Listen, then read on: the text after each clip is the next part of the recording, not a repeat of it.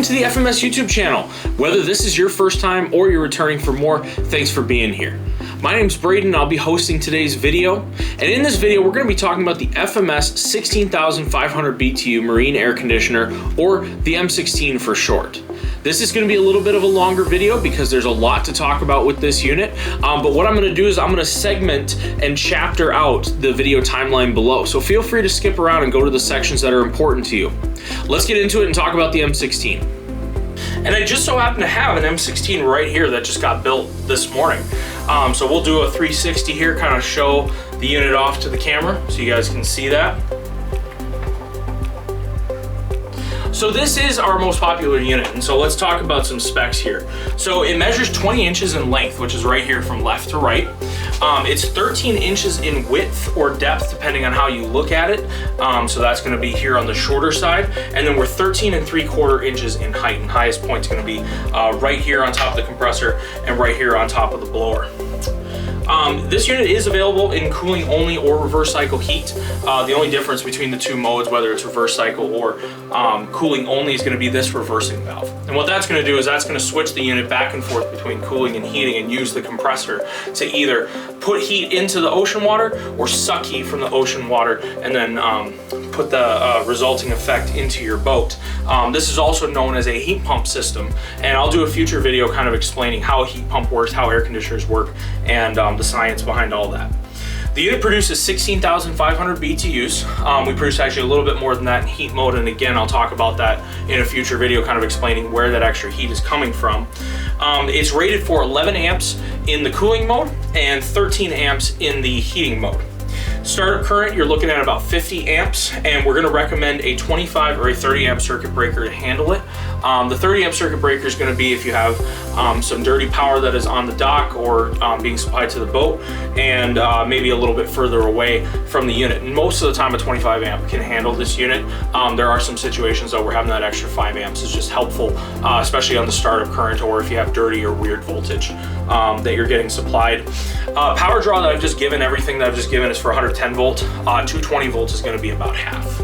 The other really important reason that I wanted to come and talk about this unit in person, and I want to do that for other units as well in future videos, but this one's kind of special. This is our very first unit that's been fully converted to an A2L refrigerant as part of the EPA regulations that are taking place. Now, I'm not going to touch too much on the EPA regulations right now. I want to do another video where I kind of explain all the EPA regulations, what they mean, what the new refrigerant labeling, all of that stuff. So I'm just going to do a quick brief overview. The EPA is requiring that all units be made with new refrigerants that follow their expectations and requirements. Now, the commercial and residential industry for homes and businesses, that took place January 1st, 2025, which was a few weeks ago. So if you purchase a new air conditioner, it's going to come with one of those new gases. Now, for the marine industry, we were given an additional year, January 1st, 2026. But obviously this takes time to make that change. So we're doing it now, kind of getting ahead of the curve. And this is our very first unit that's going to be fully converted. We are in a transitional period. Some units will be 410A and some units will be R32. This is the one that's all R32, whether you're going to get it in 110 or 220 volt. We're just waiting on some of our compressors to arrive right now. And R32 has a couple benefits, and there's a couple reasons we chose it. So if you know 410A, the refrigerant that was very popular from 95 until recently, it's a 50-50 mixture. And R32 is the 50% mixture in the first half of it, and actually the gas that does most of the cooling work in 410A. So in this application, we're basically just using 100% of the gas that's going to do the cooling work. And one of the side effects of that is our refrigerant usage, the amount of refrigerant that's in this system, is just a little bit over half of what it used to be. And then another part of that is our power draw went down. So because we have less refrigerant, that means the compressor's doing less work. Boom, you get less power draw. So we're down an amp to 2 amps in some situations. An amp is pretty much all across the board in every situation, and 2 amps is in some of those really high current draw situations, kind of like heat mode when the water's hot. But this unit is drawing less power, and that's going to be really cool and very important for people that are running on generators or running on inverters that are using battery power. Every watt, every amp is very important for getting the most out of your system. Now, the last part about talking about R32, you know, it is kind of a special refrigerant, and there are some special requirements that come into play when we're doing this. One of the things is the unit does have to be labeled properly to say that it is an R32 system. There's tickers on both the electrical box and the unit itself. Now, one of the things that we're doing also to make sure that you are aware that the refrigerant has changed in this system and any future systems going forward is we're going to be putting red shrink wrap tubing over the ports. Now, we're not taking the ports away. That's something that we want to continue to have on FMS systems going forward. We still want you to be able to access the system, have a professional come out and perform repairs out in the field after the 5-year warranty is over. And it's going to be important that those ports stay on the unit. Well, how do you do that without we're still alerting people to what's going on here? We're going to do the red shrink wrap tubing, and that is kind of a practice we're going to be doing on all of our units that have the new gas. And all that's doing is just letting you know that, hey, pay a little bit more attention. There's something different in here. You don't have to be worried about it. You don't have to be afraid of it. And I'm gonna dig really deep into that in the video where I explain what R32 is in that future video. But it's just another thing to keep in mind. It's another visual alert to you that, hey, maybe I need to pay a little bit more attention, make sure I'm doing everything correctly, and not to put the wrong gas into the system. So when you're properly sizing an air conditioner for your boat, there's a couple things that you want to keep in mind. The first is just a rule of thumb, and that rule of thumb is that you want between 14 and 16 BTUs per cubic foot of conditioned space or air that you're trying to heat or cool on this boat. That makes this unit ideal for between 1,000 and 1,200 cubic feet of conditioned space. Now, the reason we're going by cubic feet rather than square footage is not every boat is built the same. You're going to have a different hull layout based on the different brands, and you're also going to have different room layouts. So depending on how the boat was built, you're going to have either maybe a high or short ceiling in one area of the boat or some curvature, and that's going to change the actual amount of internal volume or air that this air conditioner has to keep under control. Now, again, this is just a generalization. This is not an exact science, but the rule of thumb is very helpful for making sure that you get an air conditioner that's close to perfect for what you're looking for. You don't want to go too small because otherwise it'll never get to the temperature you're looking for, and you don't want to go too big because the unit won't run for long enough. What'll happen is the unit will get to temperature very quickly because it's so big, and it's going to short cycle, or it's going to rapidly turn on and off, on and off, on and off, and it's not going to keep the climate under control in a way that you want. You have to remember that an air conditioner is doing two things. It's taking temperature and humidity out of the air. If it doesn't run for long enough and it's just turning on, turning off very quickly, it's not going to have enough time to remove the humidity. So even though the thermostat might say 75, which is what you set it for, it's not going to feel 75 because the humidity won't be under control. That's just a big thing to keep in mind when you're looking at sizing an air conditioner. And the second thing is obviously how much air you're going to be moving through this unit. So this unit does have a air outlet flange with a 6-inch duct connection. Now, you don't have to use the duct connection if you make your own plenum box or you're venting the unit directly into a space. Those are perfectly fine options as well. But if you're going to be connecting ductwork to it, you've got a 6-inch duct connection, and you can use any 6-inch ductwork that you can pick up at a local hardware store or an HVAC supply store. We like to use standard sizes here for the industry, 4, 6, and 8-inch ductwork. That just means it's a little bit easier for you to get a hold of, and it's going to match up with the unit very nicely. The blower does produce 520 CFM of airflow, and you're going to have to handle that in a way that is going to make the most sense for your boat, putting the air in the different places that you want it to go. So another important thing to keep in mind when looking at an AC unit is noise production. Obviously, these units are going to be installed in some areas that might be very sensitive to noise. They might be installed in the salon under a bench or in the bedroom under the bed.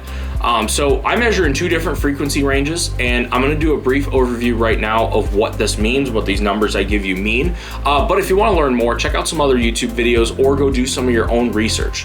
So the 2 frequency ranges that I measure in are dBA and dBc. dBA is a frequency curve that's been adjusted for human hearing, basically what we're going to be experiencing as we're hearing it. dBc is a frequency range that takes into consideration frequencies that we as humans really won't experience or we won't hear very much of. So when you're measuring on the dBA frequency, you know, that's really the tangible, this is what it feels like. If it sounds loud to you, the decibel level is going to be high. Whereas a DBC reading could be high and you're going to say, I don't hear that. I don't feel like it's very loud in this environment. But both frequencies are important to note. The DBC frequency is obviously when you're measuring machines and things like that. It's good to know these numbers. So in the dBA range, this unit produces 69 decibels, and in the DBC range, this unit produces 79 decibels. Now, the recommended water pump size for this AC unit, we're looking for 500 gallons per hour of water flow. Now, keep in mind, in every pump system, there's going to be losses. When you pump through a strainer, a through hull, a water pickup, all your fittings and hoses, there's going to be some losses in the system. So 500 gallon per hour pump is what we recommend as the minimum. You can go down to about a 350 or 400 gallon per hour pump as long as the AC unit is functioning correctly. But keep in mind that a 500 gallon per hour pump is going to drop down to a lower flow rate because of the fact that you have all the fittings and all the losses in the system.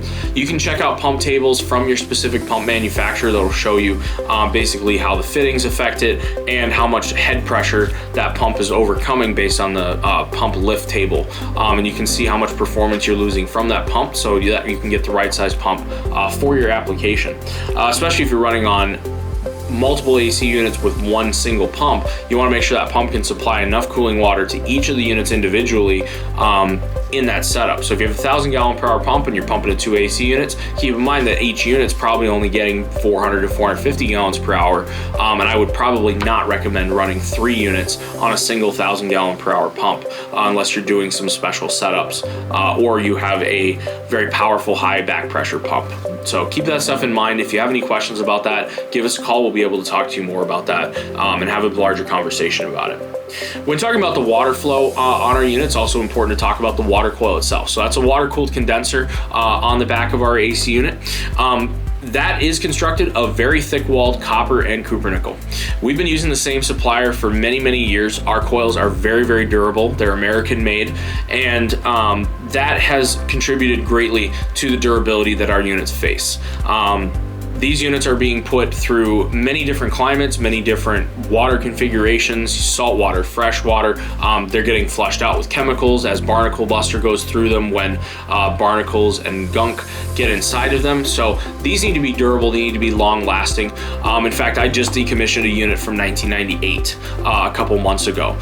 So durability is a huge factor in our units, and that leads me to my last thing, talking about the specs. This does have a 5-year manufacturer warranty on this unit, and it's all thanks to the fact that our units are built to be durable, they're built to be long lasting, and they're also made to be repairable in the future when that warranty is over.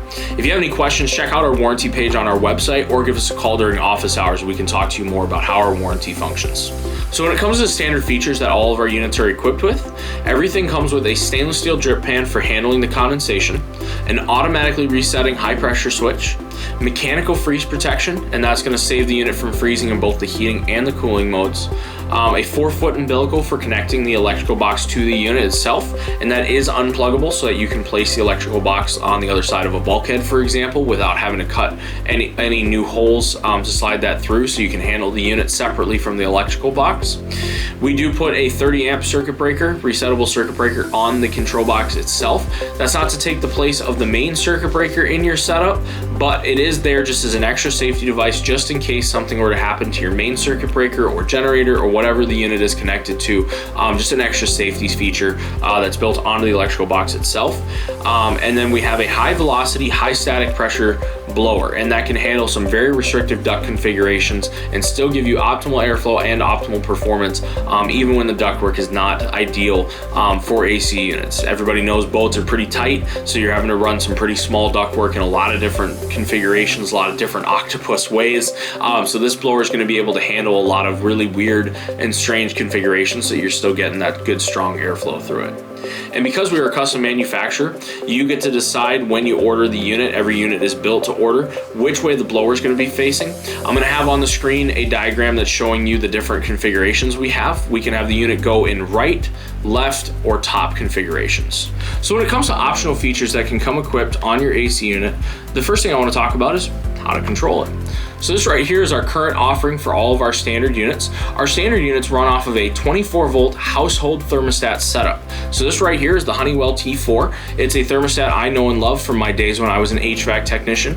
They have a really good durability track record, as well as they're pretty user friendly and have a lot of really cool features. This unit comes in both a non-Wi-Fi like this one and a Wi-Fi version called the Honeywell T6. Now, the couple benefits we get by running our standard AC units off of a 24 volt thermostat is, one, the electrical box inside is mechanical, so the only computer in the system is going to be this guy right here. And you can also run our AC units off of just a simple dial thermostat. If you really liked the Honeywell dial thermostat from yesteryear, that's a really great option as well for running our unit, and it will still function, it'll still run the unit.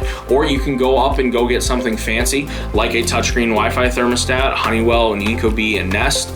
They're all going to run our AC units equally good, and that's something that's really awesome, is you get to customize it to your application or your desires for what you want to see on the wall. You can use the same thermostat that you have at home, so you have the same setup both on your boat and at home. And if you have one app that you're controlling, let's say a Nest thermostat from home, you can set up the Nest thermostat on your boat under that same app, so you can control them both from one location. Very cool to have that.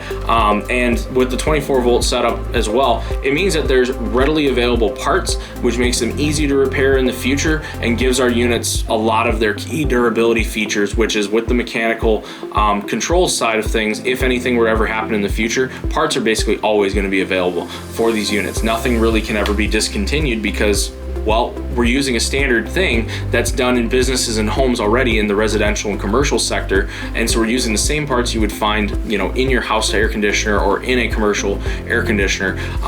And that's going to be how that functions there. Now, another option to run the AC unit that I think is really cool, and it's a new offering from us, this guy right here, is our FMS digital touchscreen display. So I'm gonna wake it up right there. So this guy right here is our new offering. So this has been customized for us. This is a flush mount thermostat. You can see right there, the only thing that'll be sticking out from the wall is that small flange right there. The really cool thing about this is it comes standard with Wi-Fi. So this unit, if you get an AC unit of ours with this display, you can remote control this with an app on your phone. And so let's say you live on the boat, and while you're leaving work, you can turn on the AC unit or change the temperature while you're away. If you live a couple hours away from the boat, you can turn on the AC unit before you get there to start cooling the boat down. Or if, let's say, you forgot to turn the AC unit off, you can turn it off while you're driving away, so that the air conditioner doesn't run the whole time until you go back. And a couple really cool things about this display. I wanted to make sure that you got a touchscreen display that did not lose any of the features that people know and love about our units. The first thing that's really important to me is there is a fan button right there. So if you want the fan to run all the time, some people really like the fan to run all the time, or let's say you're not using the cooling or heating mode and you just want some air to move around the boat, you can hit the little switch right there, turn the fan on for right now, and then if you don't want the fan to run all the time, you can just turn that switch off. It comes standard as the switch is off, saying that the AC unit only runs the fan when it's in the cooling or heating mode, but you have that option right there. It's not hidden in some parameters menu or in some factory settings menu. It's just right there where you would pick heating or cooling or auto, and it's right down there in an easy access menu. Another really cool thing about this display is the timers. You can set this up to run a certain time of day for certain temperatures. So let's say you want it to run in the morning, or change the temperature when you're on your way home from work and you don't want to think about logging into the app. You can set this up so that the unit will turn on and do what you ask it to do at those times of day, and it can turn off when that timer is over. Another really cool thing about this display is it does have an error menu as well. So if you're currently experiencing an error and you're not 100% sure why the AC unit is running, this error screen might show you what's going on, and it'll give you a direction to go look at. And then it also shows you an error history. So if this thermostat has experienced anything in the past that shut the unit down, even while you were sleeping or while you were gone from the boat, it's going to show you what happened. It's going to show you when it happened with a date and timestamp, so that you can see and get pinpointed evidence to, hey, something's been going on and I need to correct that. So another optional feature that you could install on your AC unit is one of these guys right here. If you don't know about what this is a soft start, and this is specifically the ICM 87016A. Now, if you've never heard of a soft start before, this is a really awesome piece of technology with a lot of really cool features packed into it. So to talk about that, I actually took the soft start out of the box so I could explain what it is and what it does. So the way that a soft start functions is this is a device we install on a compressor, on an electric motor, and we use it for when it's going to turn on. So rather than the unit going from off to on extremely quickly, this allows the compressor or electric motor to slowly get up to speed over the course of several seconds. Now what that does for us here, this one's specifically been designed for marine, RV, and home air conditioning systems. We are able to get our 50 amps of startup current that I said earlier in the video when I talked about the tech specs down to about 19 amps. And that's so huge because when you're running on an inverter or on a generator, your device may not be able to handle the full 50 amp startup load that the air conditioner needs in order to get going. But it can handle 20 amps, which is around 4,000 watts. And that is just huge when you're trying to run off of batteries, inverters, generators, solar, you know, current is everything. Every watt matters when you're talking about this stuff. So some of the features that are installed in here, one, this has an anti-short cycle timer. So if there's any issue at all with the power coming to the unit, let's say your generator dies or inverter has a fluctuation in it, or there's a power surge on the dock, this is going to stop the compressor from operating, wait a couple minutes, and then it'll go back to functioning again. That's just to protect the compressor, make sure that no damage is done to it under certain conditions. And this is going to make sure that there is indication to what happened too. So one of the reasons I really like this brand, I used to install them when I was out in the field as a technician. It's got the wiring diagram up here, but it also has your error code list right here. And up in the corner, we've got 3 LEDs. There's one over here that's green if everything's good. There's a second green one, and that's only on when the unit is firing up. And then this third one over here is a red light. Now the red light is gonna flash a certain number of times to tell you what's going on. And it's gonna say, hey, this is the problem I've run into, and here's what we need to do in order to fix it. So if it runs into something, for example, like fault code 1, if it flashes one time, stops, and then flashes again, that's high or low voltage. So if your voltage is really high and you're getting dirty power, your voltage is really low and you're getting messy power from the dock, from a generator, from something, it's gonna flash one time and it's gonna say, hey, there's a problem, and it won't let the compressor run until that goes away. Here's another one. If it flashes 3 times, it's got high current. So the compressor's locked up or something happened, the compressor overheated. There's some reason that we're getting a high current draw by the compressor, and that could happen while it's trying to start or while the compressor's already running. This learns your compressor over time, and if it notices something is not normal with your compressor, it's going to flash an error saying, hey, I noticed something that's out of the ordinary. And it's really cool just to have all that information right here on the front of it. It was super helpful for me when I was out in the field, because having that green light say, hey, the compressor's running, I might not have been able to hear the compressor, but if I see the green light, I at least know that the soft start thinks the compressor's running. If I see no lights at all, okay, I don't think this is getting power, because in order for this to light up, it's gonna need power with the way that it's wired, with the way that they want you to wire it. It's not gonna get power until the compressor's asked to turn on. So I think that's a really cool way to do things. I really like this piece of technology. You can either have us install it on a brand new AC unit, or you can install it on an already existing air conditioner that's out in the field. I have a guide on how to do that. It takes about 30 minutes when I've helped people over the phone, and some people have been able to do it a lot faster than that. So really easy to do. You've got this cable that's already attached to it for wiring it into the electrical box, and it comes with a little kit of all the hardware you're gonna need. Thanks for watching today's video. If you liked it, hit that like button down below. If you're not already subscribed, hit that subscribe button down below. Everything you do is gonna be helping this channel out. Hopefully you got all the information about our M16 marine air conditioning unit. If there's more that I haven't addressed or something you would like to know, I'm going to be leaving our website information and our phone number in the video description below, or leave a comment on this video. We will get to your concerns and your questions, and if you contact me during office hours, we can have a conversation on the phone.